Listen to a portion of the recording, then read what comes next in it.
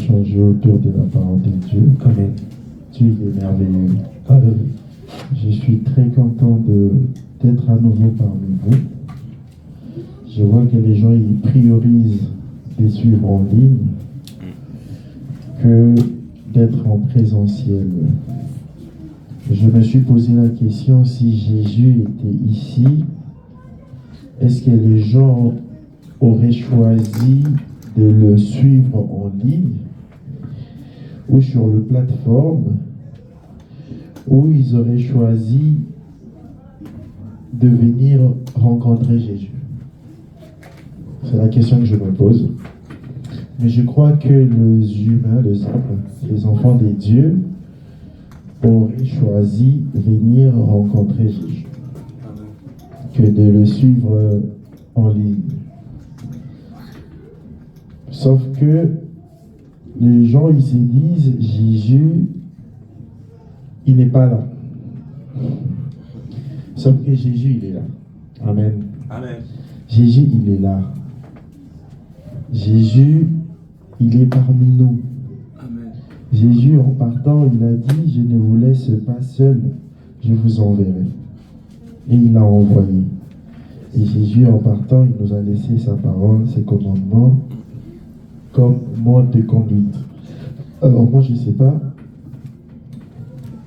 c'est quel Jésus vous cherchez ou vous voulez entendre à nouveau. Bon, c'est qu'à cela ne tienne, nous allons partager ce que Dieu a essayé de nous mettre à cœur. Amen. Hier, c'était le 14 février. Je suppose que les amoureux, ils ont célébré la Saint-Valentin. Bon, pendant que eux, ils étaient en train de célébrer la Saint-Valentin, moi, je me posais des questions sur la Saint-Valentin. Je me suis dit, pourquoi célèbre-t-on la Saint-Valentin? Est-ce que la Saint-Valentin, c'est synonyme d'amour? Ou l'amour en soi, c'est autre chose? Ou l'amour est d'une façon distincte que la Saint-Valentin? Bon, est-ce qu'il faudra attendre que le 14 février pour célébrer l'amour, parce qu'on dit c'est la fête des amoureux, ou il faudra vivre l'amour au quotidien, chaque jour? Si Jésus devait nous aimer, la question que je me pose à nouveau, il aurait attendu un certain 14 février pour nous aimer, ou il nous a aimés chaque jour? Et là-dessus aussi, je me dis, pourquoi les gens ils se plaignent? Ils disent que non, on m'aime pas. Et mon homme, mon mari, il m'aime plus. Moi, je pense que c'est tout à fait normal. Parce que s'il doit t'aimer que le 14 février, tous les autres jours, il a le droit de ne pas t'aimer. Et du coup, je me suis dit, bon, on va essayer de parler un peu de l'amour. Amen. Comme ça, hier, on a célébré l'amour des humains. Aujourd'hui, ça tombe bien, c'est dimanche, nous allons célébrer l'amour des dieux. Sauf que ça se voit, hein, le jour de l'amour des dieux, les gens ils sont quasiment pas là, ils ont trop fait la fête hier. Et à ces moments ici, ils sont en train de dormir. Et ils vont suivre l'amour des dieux plus tard, sur les réseaux sociaux, sur les plateformes. C'est-à-dire qu'ils font passer l'amour des humains avant l'amour des dieux. Et c'est dommage. Je n'ai pas interdit quelqu'un d'aimer. Hein. On va lire tout à l'heure, on va voir que aimer même, c'est recommandé par Dieu lui-même. On va voir que Dieu lui-même nous recommande d'aimer nos prochains, nos amis. Dieu nous le demande. Mais est-ce qu'il faudrait-il aimer ton prochain plus que Dieu? Parce qu'aujourd'hui, s'il faudra choisir entre aimer Dieu et aimer les humains, qu'est-ce que tu choisis? Voilà. Comme c'est aimer Dieu, comme les enfants ils ont répondu, c'est-à-dire qu'on devrait normalement aujourd'hui voir beaucoup de gens. On devrait aujourd'hui voir beaucoup de gens qui devraient être là pour l'amour de Dieu. Sauf que beaucoup, à cause de l'amour des humains, sont restés encore à la maison. Ça les a empêchés de venir à la rencontre de Dieu. Il faut aimer Dieu. Nous allons prendre un verset, on va commencer par là.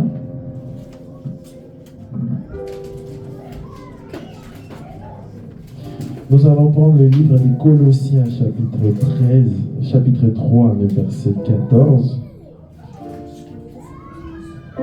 Qu'est-ce que la Bible nous dit? Je vais commencer peut-être au verset 13 pour une bonne compréhension. Et puis je descendrai jusqu'au verset 14. Je vais même commencer à 12, c'est mieux. La Bible dit, en tête, la vie nouvelle en Christ. 12. Ainsi donc, comme des élus de Dieu, saints et bien-aimés, revêtez-vous des sentiments de compassion.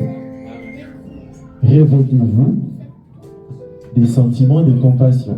Il ne s'est pas arrêté là. Des sentiments de bonté, d'humilité, de douceur, de patience. 13, il dit quoi? Supportez-vous les uns les autres, et si l'un a sujet de se plaindre de l'autre, pardonnez-vous réciproquement. De même que Christ vous a pardonné, pardonnez-vous aussi. 14, c'est là où ça nous intéresse. Mais par-dessus de toutes choses, par-dessus de toutes ces choses, par-dessus de la bonté, par-dessus de l'humilité, par-dessus de la compassion, qu'est-ce qu'il nous recommande?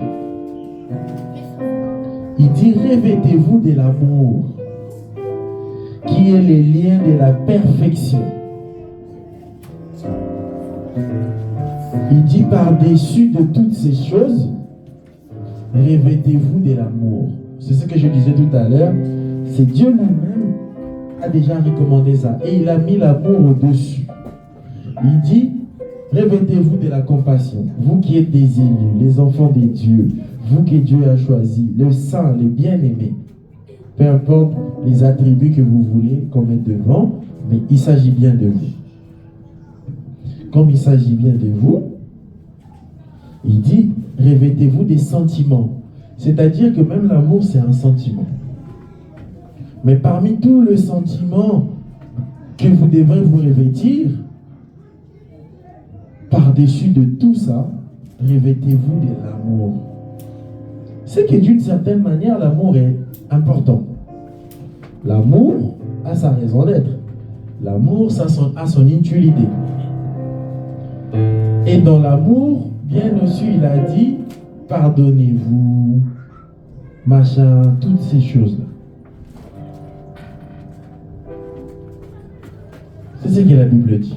La Bible nous recommande, par-dessus de toutes choses, de nous aimer. De nous aimer. Donc, je n'ai pas de problème avec l'amour. Mon seul problème, c'est de quel amour il s'agit. Est-ce qu'il s'agit de l'amour du 14 février ou il s'agit de l'amour de tout le temps ou encore d'un autre amour? Et c'est ce que nous allons essayer de découvrir ensemble. Mais pour mieux le trouver, nous allons quand même essayer de voir un peu qu'est-ce que la Bible nous dit par rapport à l'amour. Et vous, là où vous êtes, vous avez l'habitude de nous suivre. Et vous qui êtes présents, nous allons ensemble essayer de voir c'est quoi cette histoire d'amour. On va souvent tourner sur Jean et Corinthiens. Je ne vais pas aller plus loin. On va prendre un autre livre. On va prendre les livres de Jean.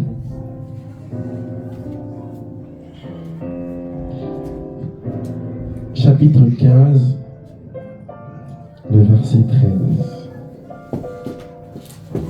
Jean, chapitre 15, le verset 13. Qu'est-ce que la Bible nous dit? Le verset 13. La Bible dit, il n'y a pas de plus grand amour, il n'y a pas des plus grands amours. C'est que dans l'histoire d'amour là, il y en a des grands et des petits. C'est-à-dire que tu peux avoir un amour, mais le tien il est petit. Tu peux aussi avoir un amour, mais pour toi c'est grand. C'est-à-dire qu'il y a des dimensions, où il y a des degrés, où il y a des catégories d'amour. Bon, pour les gens du hier là, du 14, je ne sais pas si vous êtes dans les petits ou dans les grands. Mais là, on va quand même regarder. La Bible dit, il n'y a pas des plus grands. Il n'y a pas des plus grands. C'est-à-dire que Jésus, il a examiné tous les amours. Il a tout examiné. Il a jaugé chaque amour sur chaque amour. Et il a conclu. Il a dit, il n'y en a pas un plus grand dans tous les amours. Il n'y en a pas un plus grand amour que de donner sa vie pour les autres. Maintenant, la question qu'on se pose, vous là qui vous dites que vous vous aimez, est-ce que vous êtes capable de donner votre vie pour les autres? Si vous n'êtes pas capable de donner votre vie pour les autres, dites-vous, vous n'avez pas encore atteint le plus grand amour. Parce que Jésus lui-même, il conclut. Il dit, il n'y a pas de plus grand amour que de donner sa vie pour les autres.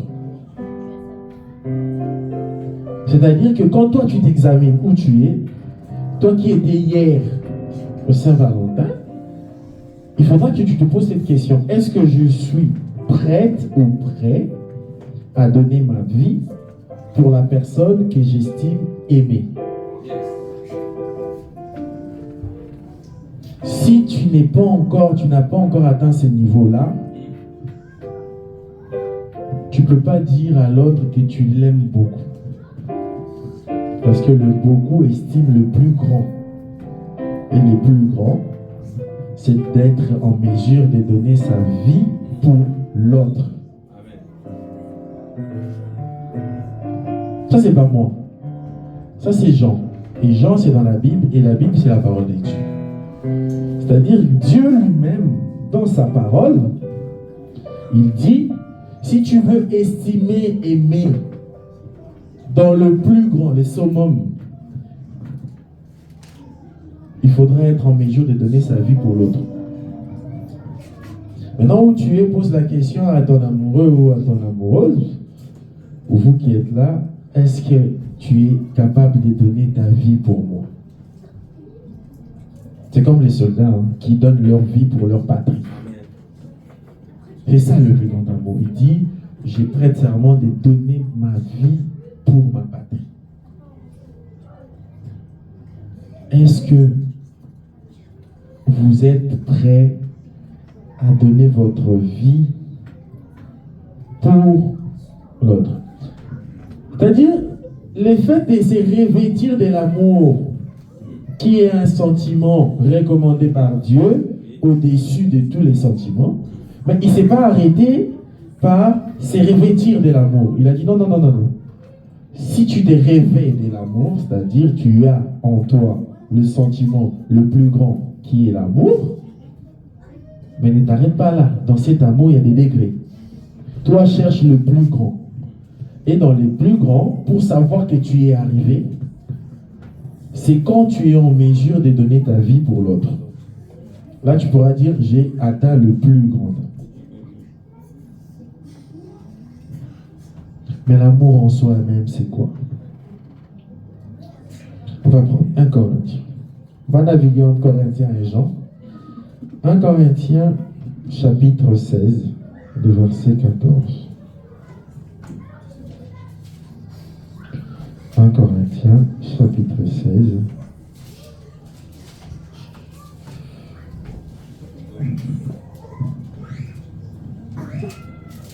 Corinthiens, chapitre 16. Le verset 14. Qu'est-ce que la Bible nous dit? Si on peut nous remettre la petite musique là, c'est bien. 1 Corinthiens chapitre 16, le verset 14. En tête, instruction sur la collecte, l'exhortation et la salutation. 14. La Bible nous dit quoi?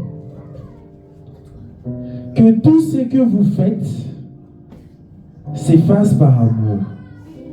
Que tout ce que vous faites s'efface par amour.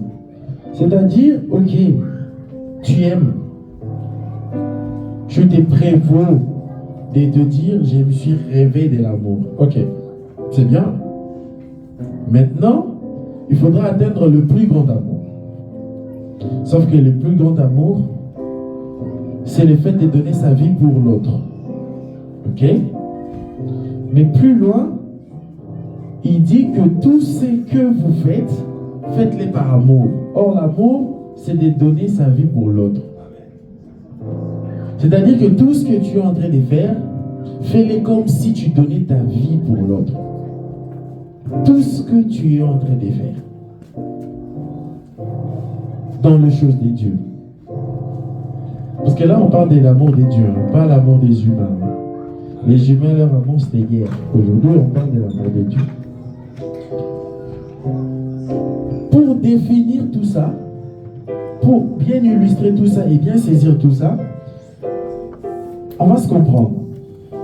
Les gens, ils se disent, oui, on n'y touche pas vraiment. Au fait, faites tout par amour. Ça, c'est une recommandation. Évidemment. Faites tout par amour. Mais qu'est-ce qu'il faut faire par amour? Et il faut le faire de manière grandiose. Parce que le plus grand, c'est de donner sa vie pour l'autre. Mais Dieu, il nous parle de tout ça. Et la question que devrait se poser, mais est-ce que lui-même, il est dans ça même? Je vois des trucs dans de réseaux sociaux, on dit maintenant, on est dans quoi? Est-ce que lui-même, il est dans ça? Tout ce qu'il nous recommande, peut-être que ce n'est pas faisable. Peut-être qu'il nous demande des choses qu'on n'arrivera pas à faire. Jean chapitre 3, les versets 16. On va rentrer à Jean. On va tourner entre Corinthiens et Jean. Jean chapitre 3, c'est un verset que tout le monde connaît. C'est un verset que tout le monde connaît. Jean chapitre 3, les versets 16. Qu'est-ce que la Bible nous dit? C'est une reprise. Une reprise, on donne ce que Dieu nous a donné et on va aller doucement. Tu vois, on parle de l'amour. L'amour, on va voir plus loin, on dit l'amour a une douceur. C'est pour ça aujourd'hui, on est doux. On parle comme si on est en train d'échanger. Pour que ça rentre bien et que les gens y comprennent bien. Parce que Dieu veut nous parler sur l'amour. L'amour de Dieu. Jean chapitre 3, le verset 16, c'est un verset que beaucoup connaissent. La Bible nous dit, car Dieu a tant aimé les mondes. Aimer, ça vient du verbe. Aimer, c'est le verbe qui engendre, on va dire, l'amour. L'amour vient du verbe aimer. Voilà, on y arrive. C'est-à-dire, tu ne peux pas parler d'amour sans aimer. Ok? On va voir plus loin, l'amour, aime, tout ça, on va y arriver. Mais la question que s'était posée, est-ce que Dieu il nous demande des choses? Parce que c'est la parole de Dieu. Il nous demande de tout faire par amour. Ok. Il nous demande d'aimer de façon grandiose. Ok. Et il dit l'amour, c'est de donner sa vie pour l'autre. Ok. Amour, amour, amour à gauche, à droite et du nord à l'est. Ok. Mais est-ce que lui-même, il est dans ça? Et c'est là où on le lit dans Jean.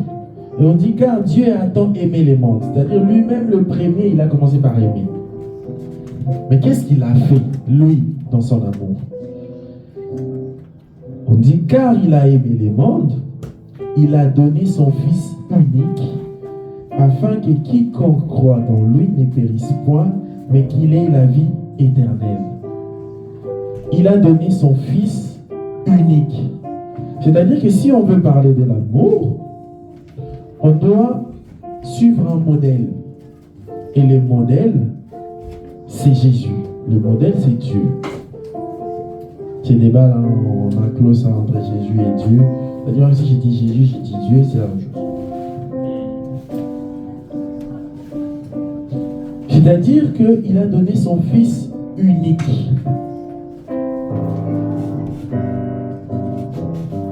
Unique. Il a donné son Fils pour nous. Or, il nous a dit, l'amour, c'est de donner sa vie pour les autres. Or, on le sait bien, Jésus est Dieu, Dieu, il est Jésus. Donc, c'est-à-dire, autrement dit, c'est comme ici, il s'est donné lui-même pour nous sauver. C'est-à-dire que, par là, on peut conclure que Dieu lui-même, il est dans ça. Lui-même, il est dans ce qu'il nous demande de faire. Lui-même, il est dans ce qu'il nous dit de donner sa vie. Le plus grand amour, c'est de donner sa vie pour l'autre. Et lui-même, il s'est fait un exemple. Il a donné lui-même sa vie pour nous sauver. Et tout ça parce qu'il nous a aimés. Donc, effectivement, l'amour, c'est le plus grand amour, c'est avoir cette capacité de donner sa vie pour les autres. Et Dieu lui-même en est un exemple. Et aussi, ça veut dire que c'est faisable. Parce que s'il l'a fait, c'est possible de le faire. Et la question justement qu'on est en train de dire, est-ce que toi qui prétends aimer, toi qui hier étais dans l'histoire d'amour, tu es capable de faire comme Dieu?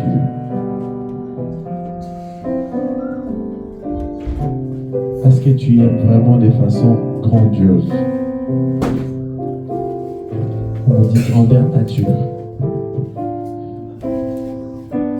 Pour le savoir, il faut que tu t'examines et que tu te dises si tu es en mesure de donner ta vie pour ton partenaire.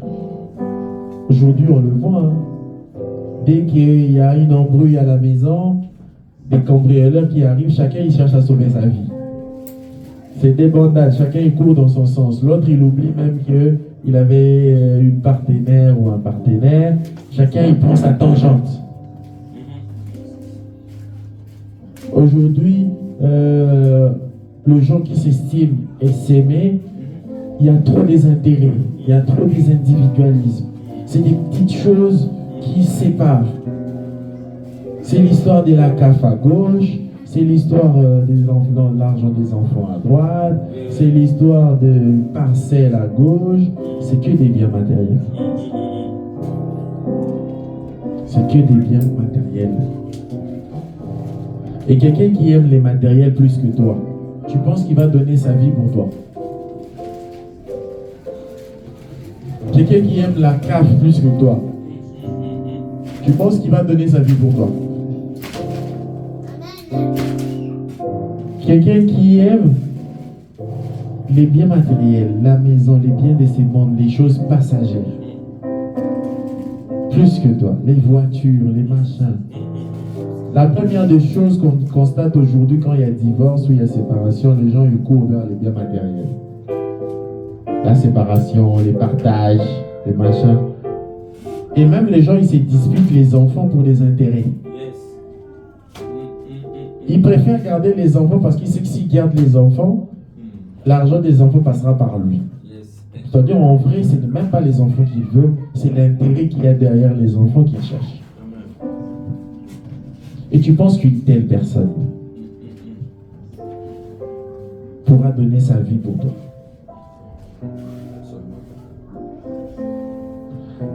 Je ne suis pas là pour séparer les gens qui ont fêté hier, mais je me pose juste des questions. Est-ce que la personne qui est à côté de toi pendant que tu es en train de me suivre, pose-lui la question. Dis-moi, est-ce que tu es capable de donner ta vie pour moi? Parce que c'est ça le plus grand amour. S'il te dit, je t'aime de tout mon cœur, je t'aime mon amour, moi, je peux pas vivre sans toi. Je dis, ok, est-ce que tu es capable de donner ta vie pour moi? Aujourd'hui, là, si on prend une arme avec une seule balle dedans, on te dit, le cambrioleur, il dit, soit tu t'es tué, soit tu tues ta femme ou ton mari. Qui est-ce que tu vas tuer? Est-ce que tu seras capable de donner ta vie pour l'autre?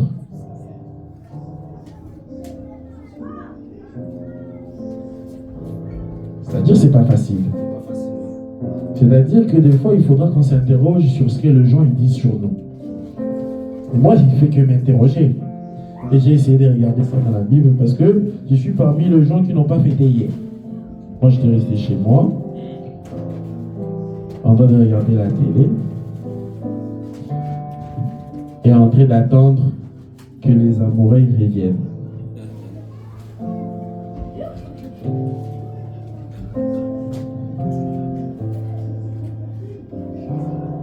Tout par amour. Mais l'amour en soi-même, c'est quoi? On va essayer d'écouter. 1 Corinthiens, chapitre 13.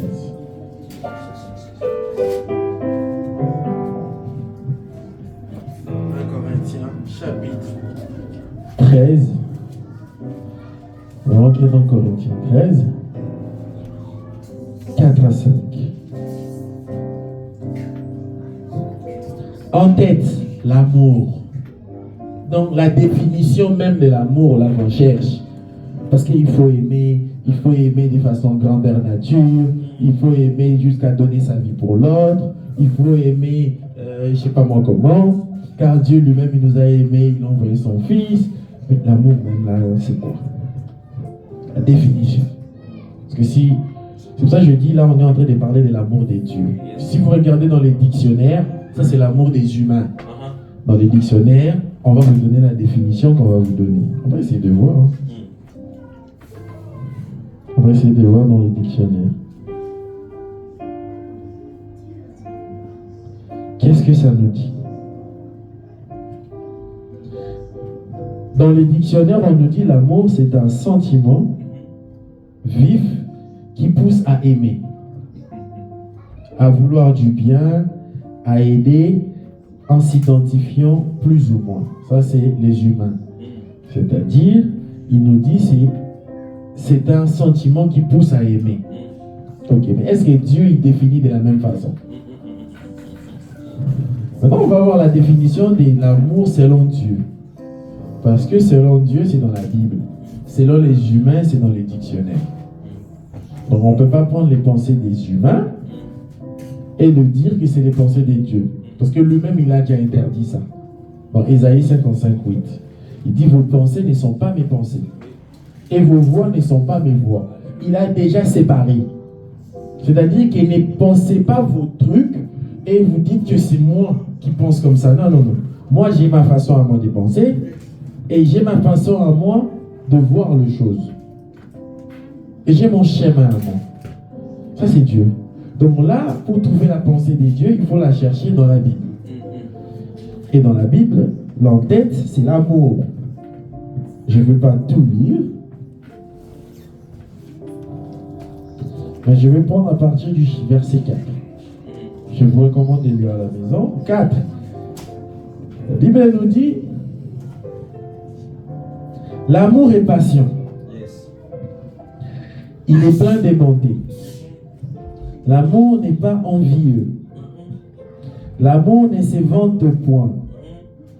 Il ne s'enfle point d'orgueil. Il ne fait rien de malhonnête. Il ne cherche point son intérêt. Ça, je vais répéter. Il ne cherche point son intérêt. Ok? Il ne s'irrite point. Il ne soupçonne point le mal.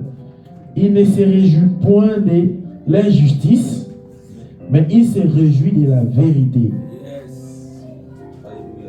Il s'excuse tout. Il s'excuse tout. Il croit tout.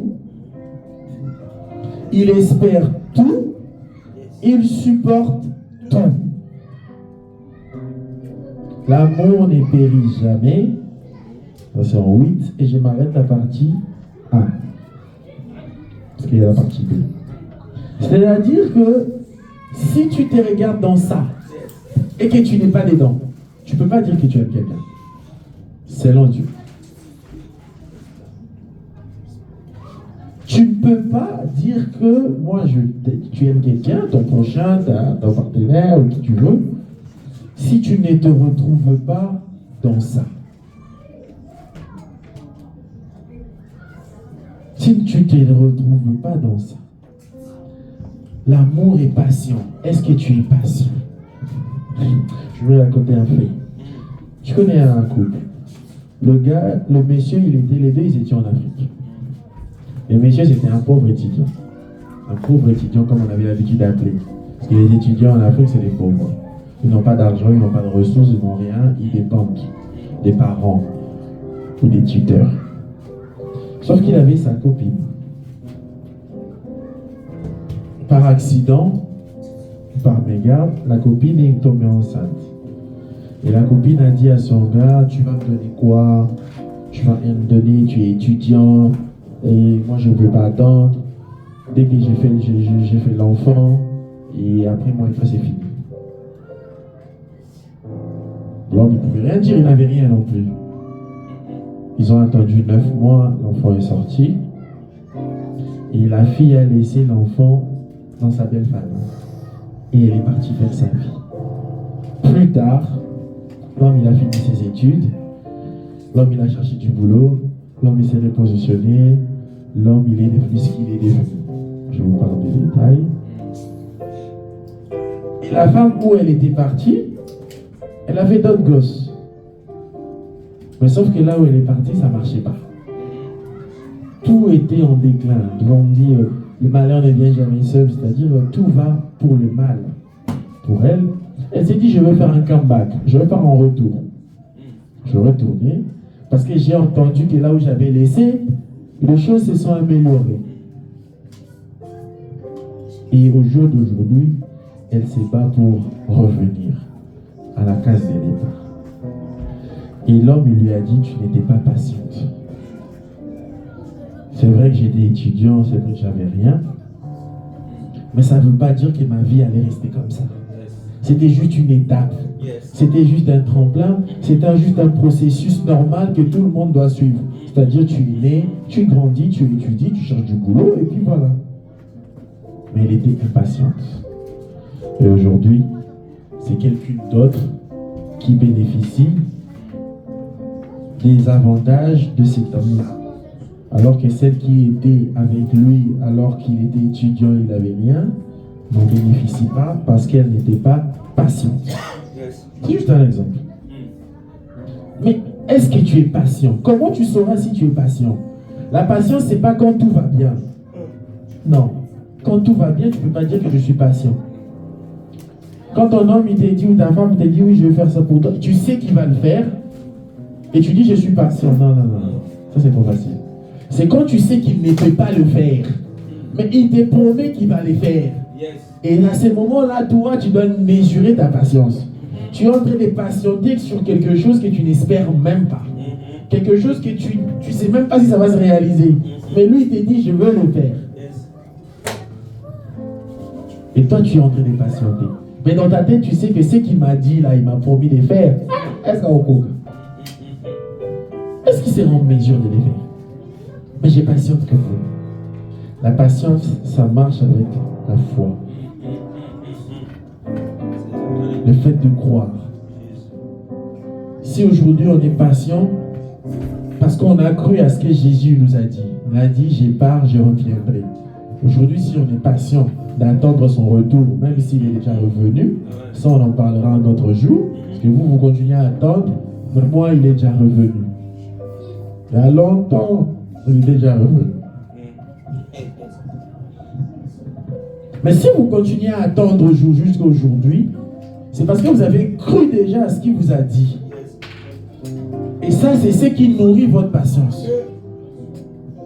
Si vous ne croyez pas à ce que vous n'avez pas cru à ce qu'il vous a dit, vous ne serez pas nourri de l'attendre. Un homme qui voyage en Europe, il dit ouais, je veux revenir, sois patiente. Donc tu restes une femme, hein? C'est dans le deux sens. Si tu ne crois pas à ce qu'il t'a dit, tu ne vas pas l'attendre. Tu ne vas pas être patient. Bon bref, l'amour est patient. Il est plein de bonté. L'amour n'est pas envieux. Toi là qui commences à envier les autres. Ah Seigneur. Bon, je vous laisse méditer. Peut-être un autre jour, on va décortiquer tous ces points-là. Bonté. C'est quoi la bonté? Vous pensez que la bonté, c'est le fait de faire du bien à quelqu'un? C'est ça la bonté? C'est plus loin que ça. On aura le temps un jour, sinon on n'a pas de temps. L'amour n'est pas envieux. Toi qui envies tout ce qui bouge. Toi qui veux que ton homme devienne comme tel. Toi qui veux que ta femme devienne comme telle. C'est-à-dire tu es en train d'envier l'autre et tu veux que la sienne ou le sien devienne comme l'autre. Et entre-temps, tu es en train de dire à l'autre que tu l'aimes. L'amour n'est pas envieux. L'amour ne s'évente point. L'amour ne s'enfle point d'orgueil. L'amour ne fait rien de malhonnête. Il ne cherche point ses intérêts. Tu ne peux pas dire que tu aimes quelqu'un alors que tout ce que toi tu regardes, c'est tes intérêts. Tes intérêts. J'ai plein d'exemples à vous donner là-dessus. Sur l'histoire des intérêts, on peut dormir ici. Et vous le saviez. Les intérêts. Aujourd'hui, c'est qui gangrène. Comment on appelle ça? C'est qui gangrène la nature d'aujourd'hui, la conjoncture d'aujourd'hui, la vie d'aujourd'hui. C'est des intérêts. Dans toutes ses formes. Que ce soit entre nations, que ce soit entre personnes, que ce soit entre employés et employeurs, que ce soit entre... Dans toutes ses formes. Que ce soit en amour, que ce soit en couple. C'est que des intérêts. Des intérêts. Des intérêts. Et c'est ça qui détruit des familles. C'est ça qui détruit des couples. C'est ça qui détruit des vies. C'est ça qui détruit des nations. Des intérêts.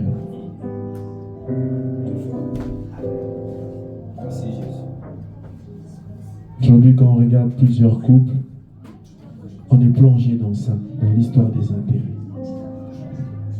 Des intérêts. C'est quoi mon intérêt? Même au bled, tu veux investir, tu n'as même pas commencé, mais c'est lui qui veut t'aider à investir, il te dit c'est quoi mon intérêt? Donc je n'ai même encore rien fait, tu démontres déjà tes intérêts. Aujourd'hui, il y a des formes de mariage qu'on est en train de voir à la mairie. Oh non, le mariage sur contrat, les mariages sur X, Y, tout ça, c'est à cause des intérêts. Les histoires de séparation des biens, où on met ensemble les biens acquis au mariage. C'est-à-dire, tout ce que j'avais avant le mariage, c'est à moi. Tout ce que tu avais avant ton mariage, c'est à toi. On va mettre ensemble que ce qu'on a eu pendant qu'on était ensemble. Tout ça, c'est quoi? C'est des intérêts. Je connais quelqu'un qui a été victime. J'ai dit, j'ai plein d'exemples à vous donner là-dessus. Et surtout, en Occident, en Europe, sur les intérêts. Aujourd'hui, les femmes se précipitent. Pourquoi à la CAF? C'est des intérêts. Aujourd'hui, les femmes cachent les ressources des enfants. L'homme, il n'est même pas au courant. Ou l'homme, dès qu'il met son nez dedans, c'est le divorce et la séparation. C'est quoi? C'est des intérêts personnels. Les intérêts. C'est triste. Mais l'amour ne cherche point son intérêt. C'est-à-dire que si ça ne cherche pas son intérêt, c'est que ça cherche l'intérêt de l'autre. Parce qu'il y a une négation. C'est-à-dire qu'une négation chez toi, c'est une affirmation chez l'autre. C'est-à-dire que si l'amour ne cherche pas son intérêt, c'est que l'amour cherche l'intérêt de l'autre. Pose la question à la personne qui est à côté de toi. Est-ce que tu cherches ton intérêt ou tu cherches mon intérêt? C'est triste. Je ne veux pas m'acharner sur les intérêts, même si on aura peut-être un jour le temps de décortiquer son détail. Mais quels sont les intérêts des autres? Parce que quand je parle des intérêts, vous êtes en train de regarder les voitures, vous êtes en train de regarder des maisons, vous êtes en train de regarder la cave, vous êtes en train de regarder les salaires, vous êtes en train de regarder... Dieu, il s'en fout de tout ça. Le seul intérêt que Dieu il veut que tu regardes en amour, l'intérêt de l'autre, c'est la vie éternelle. Car Dieu nous a aimés, qu'il a donné son Fils, afin que quiconque croit en lui ne périsse point, mais qu'il ait la vie éternelle. C'est ça l'intérêt de l'autre qu'il faut viser. Tu te dis, mais au lieu de viser ma vie éternelle, je veux viser sa vie éternelle. C'est ça l'intérêt de Dieu, c'est pas les biens matériels. Qu'est-ce que Dieu il a à foutre de vos matériels? Tout ça c'est périssable. Il dit enfin que l'autre ne périsse point. Or tout ce que vous êtes en train d'envier là, de vous battre là-dessus, c'est des choses périssables. Périssables. Et Dieu il veut que tu aimes l'autre, tu aimes ton prochain. L'amour, c'est de donner sa vie pour l'autre. C'est-à-dire que toi, tu meurs pour que l'autre puisse avoir la vie éternelle. Et c'est ce que Dieu a fait. Il est mort sur la croix pour que toi, tu puisses avoir une vie éternelle. Et c'est ça l'intérêt de l'autre.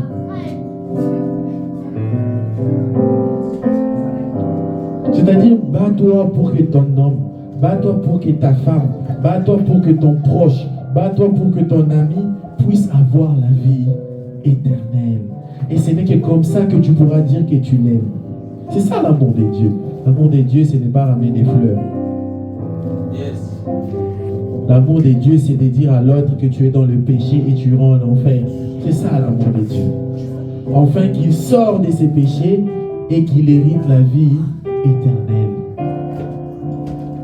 C'est ça aimer quelqu'un. C'est de sauver sa vie.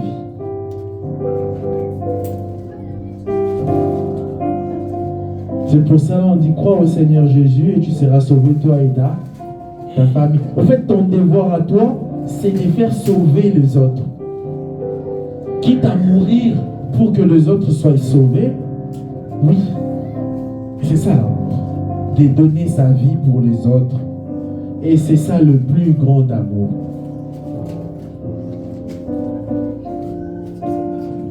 C'est ça le plus grand amour.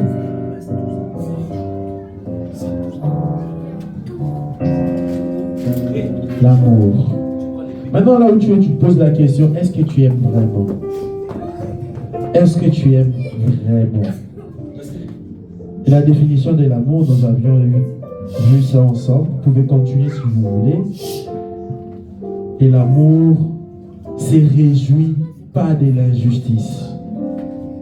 Mais l'amour se réjouit de la vérité. Il excuse tout. Ça, c'est intéressant. Est-ce que tu es capable de tout excuser? Tu dis, ouais, je l'aime. Moi, je l'aime beaucoup. Je l'aime de tout mon cœur. Tu sors toutes les phrases des Français que tu veux pour montrer l'amour. Mais dès qu'il fait une chose, tu n'es pas en mesure de l'excuser. Et il y en a même qui disent, hein, dans l'épicier trop, comme s'il y avait une limite à des excuses. La Bible dit, l'amour excuse tout. Je dis bien tout. Et il n'a même pas mis une limite dans les excuses. Il n'a même pas mis une limite dans les excuses. L'amour excuse tout. C'est-à-dire que quand tu vas commencer à parler de l'amour, là, ou quand tu vas regarder si tu avais vraiment aimé hier, fuis-toi à Corinthiens 13, 4. Fuis-toi à ça.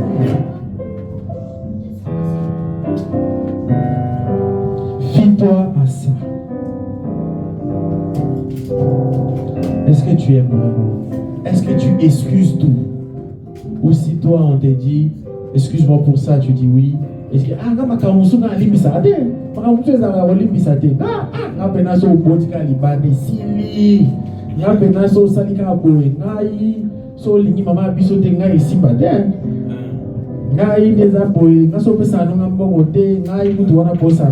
c'est des langages.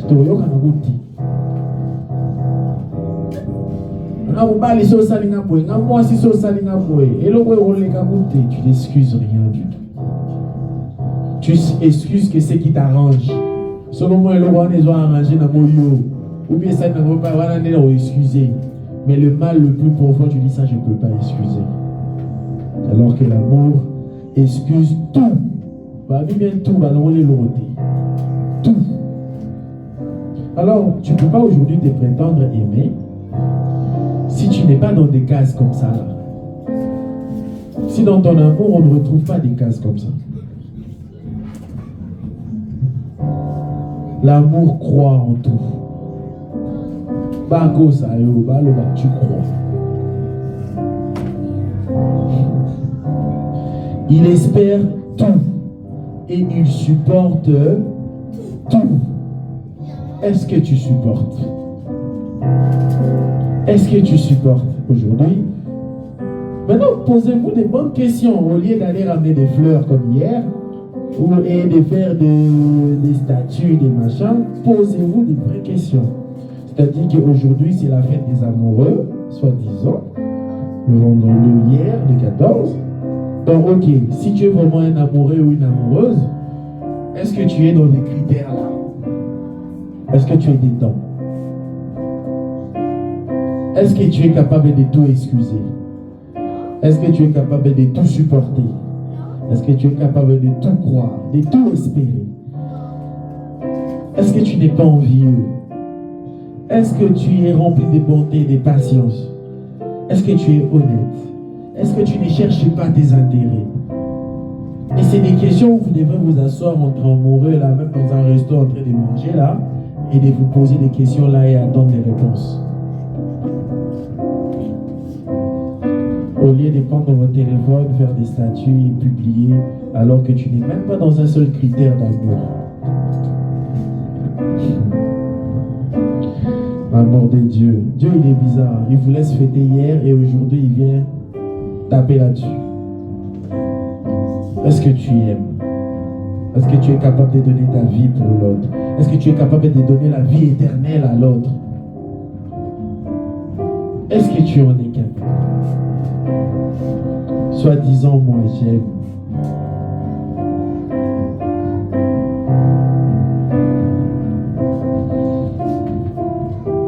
1 Corinthiens chapitre 13. On est toujours dans 13, on va descendre plus loin, à 13.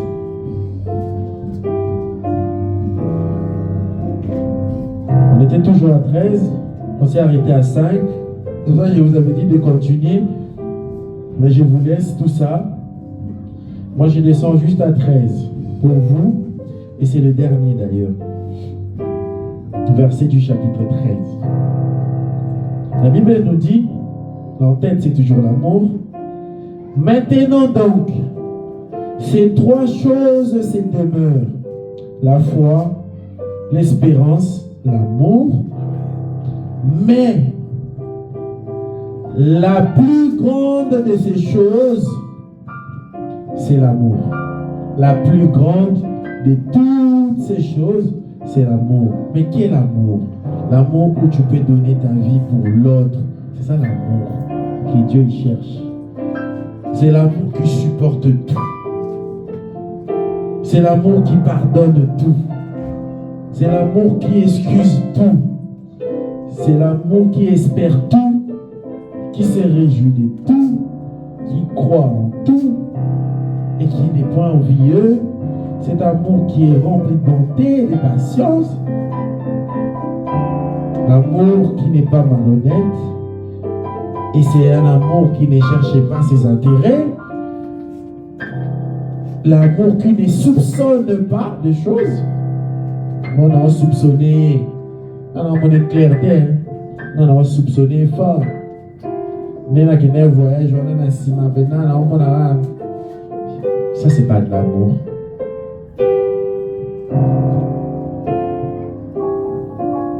Au lieu de vous dire, on va ramener une fleur, appelle ton partenaire, dis-lui, est-ce que tu n'es pas envieux? Est-ce que tu es patient?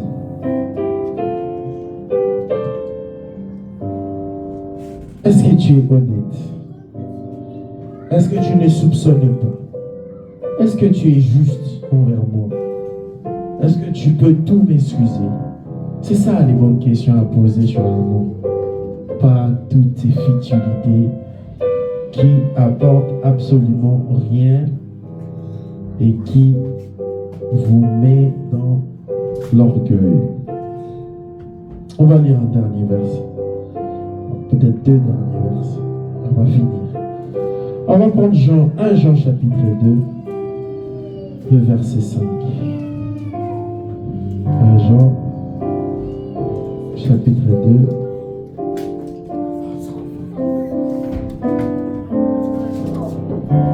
Jean chapitre 2, le verset 5.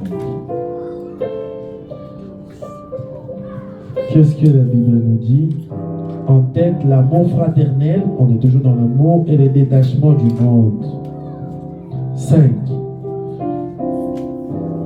Mais l'amour de Dieu est véritablement parfait en celui qui garde sa parole. Pour cela, nous savons que nous sommes en lui. Celui qui dit qu'il demeure en lui doit marcher aussi comme il a marché lui-même. Je recommence. Mais l'amour véritable, il y a l'amour de façon grandiose. Le plus grand, c'est de donner sa vie pour l'autre. Mais il y a aussi l'amour véritable. L'amour véritable, parfait, c'est celui de garder la parole de Dieu et de vivre comme lui, il l'indique dans sa parole. C'est ça l'amour véritable. Et garder la parole de Dieu. Et qu'est-ce que la parole de Dieu nous dit? La parole de Dieu nous dit qu'il est l'amour. Donc comme on a lu dans Corinthiens, l'amour n'est pas envieux. L'amour ne se regarde pas ses intérêts. Ça, c'est ça la parole de Dieu. C'est pour cela Dieu, comme il nous avait aimés, il ne nous a pas donné quelqu'un d'autre. Il nous a donné son Fils. Je ne sais pas si on est en train de se comprendre. Dieu nous a aimés et il nous a donné son Fils. Amen. Et quand on lit dans Jean, on dit l'amour véritable, c'est de garder la parole de Dieu. Or, son Fils, c'est ça la parole de Dieu. C'est pour ça que Dieu tellement il nous a aimés, il ne nous a pas donné autre chose que sa parole. Il nous a donné sa parole. Il nous a donné son Fils. Parce que son Fils, c'est la parole. Il nous a donné son Fils. Afin que nous puissions avoir la vie éternelle. C'est-à-dire qu'il nous a donné sa parole. Parce qu'au travers de sa parole, nous aurons la vie éternelle. C'est-à-dire qu'il s'est sacrifié. Il s'est donné sa vie pour nous sauver. Les gens ils se disent, mais comment est-ce que Jésus, c'est la parole? On a déjà lu plus d'une fois. On va quand même le relire pour certains. Jean 1.1. Les gens qui oublient souvent. Les gens qui sont éveillés, ils ont compris que quand j'ai parlé de Dieu, il nous a donné son Fils et son Fils était la parole. Ils avaient déjà compris. La Bible nous dit, on va atterrir par là. Jean chapitre 1, le verset 1. Au commencement était la parole. Au commencement était la parole. La parole était avec Dieu. Et la parole était Dieu. On dit la parole était qui? Dieu lui-même. C'est-à-dire que Dieu, car Dieu nous a tant aimés qu'il a donné son Fils, afin que quiconque croit en lui ne périsse point, mais qu'il ait la vie éternelle. C'est-à-dire Dieu, il s'est donné lui-même, comme je l'ai dit au début. Dieu, il s'est donné lui-même pour que lui-même qui est la parole, parce que la parole était Dieu lui-même, et il s'est donné lui-même, Dieu, il s'est donné lui-même pour que nous puissions avoir une vie éternelle. Et c'est ça le vrai amour. C'est ça le plus grand amour et le véritable. Maintenant, c'est lui qui garde sa parole. C'est-à-dire tu gardes lui-même Dieu parce que Dieu lui-même, il est la parole. c'est lui qui garde Dieu en lui, ou si c'est lui qui garde la parole en lui, et Dieu demeure en lui. Parce que Dieu lui-même, c'est la parole. C'est-à-dire quand tu gardes cette parole en toi, c'est comme si tu gardais Dieu lui-même en toi. Parce qu'au commencement était la parole, et la parole était Dieu lui-même. Et Dieu, il nous a donné sa parole, afin que quiconque croit à cette parole ne périsse point, mais qu'il ait la vie éternelle. Et c'est ça le plus grand amour. Et c'est ça le véritable. Le véritable amour, c'est de donner la parole pour sauver tes vies. C'est lui qui vient et te prêche la parole de Dieu pour transformer ta vie, pour que tu puisses avoir la vie éternelle. C'est celui-là qui t'aime. Et c'est ça le véritable amour. Parce que dans la parole de Dieu, tu ne seras jamais envieux. Dans la parole de Dieu, tu ne regarderas pas tes intérêts. Dans la parole de Dieu, tu seras conforme à ce qu'a dit Corinthiens, chapitre 13.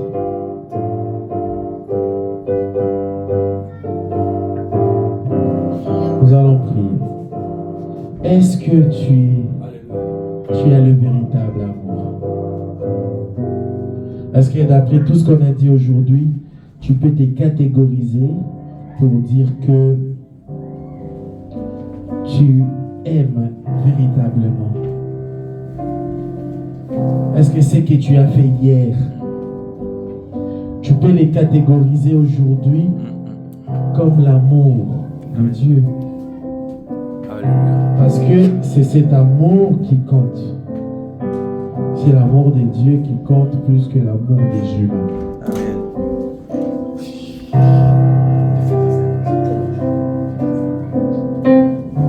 L'amour de Dieu.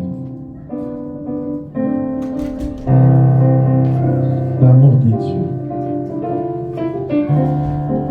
L'amour de Dieu n'est pas envieux.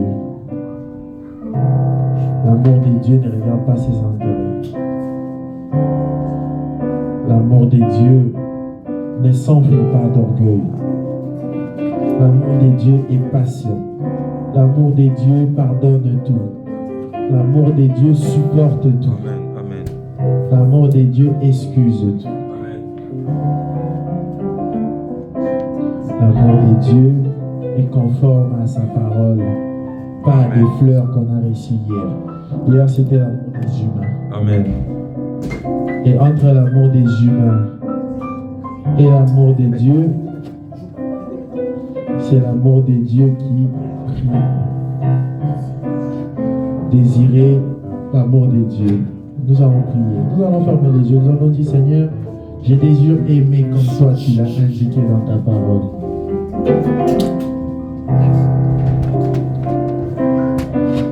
Je désire aimer comme toi tu nous as aimés. Je désire aimer pas comme les humains, pas comme les gens qui ramènent des fleurs, alors que dans leur cœur, ils sont remplis de vantardises, remplis d'orgueil, remplis de malhonnêteté, remplis d'injustice. Je veux ton amour, car toi tu es juste. Alléluia. Tu es patient. Alléluia. Dieu, il est patient avec nous. Amen. Le nombre de fois qu'on pêche, s'il n'était pas patient, on ne serait même pas parmi les vivants. Amen. L'amour de Dieu. Yes. L'amour véritable. C'est ça l'amour de sa parole. Alléluia. Et nous allons prier, nous allons demander à Dieu de nous donner son amour à lui, envers nos partenaires, Bravo. envers nos maris, envers nos femmes. Yes. Yes. Et pendant que nous prions, Pasteur Jimmy, il va reprendre la main. Prions, fermons les yeux et prions. Et Jésus. Merci Jésus. Éternel Dieu, nous te Merci, disons pour ta parole. Merci le Seigneur Jésus. Merci pour cette bonne parole. Nous bénissons ton Seigneur Jésus. Merci Jésus. Merci Seigneur Jésus. Oh Dieu Tout-Puissant. Nous savons que Seigneur, la définition de ton amour, Seigneur Jésus-Christ Nazareth, est plus grande que la définition de Google, de dictionnaire. Père éternel, donne-nous la patience. Donne-nous à chercher l'intérêt des autres. Oh Père, je prie au nom de Jésus que je puisse trouver l'amour que tu nous as. léguer, que tu puisses nous donner l'amour, que toi, Jésus-Christ, qui est l'identification de l'amour. Seigneur, donne-nous la patience. Donne-nous, Seigneur, à comprendre, à accepter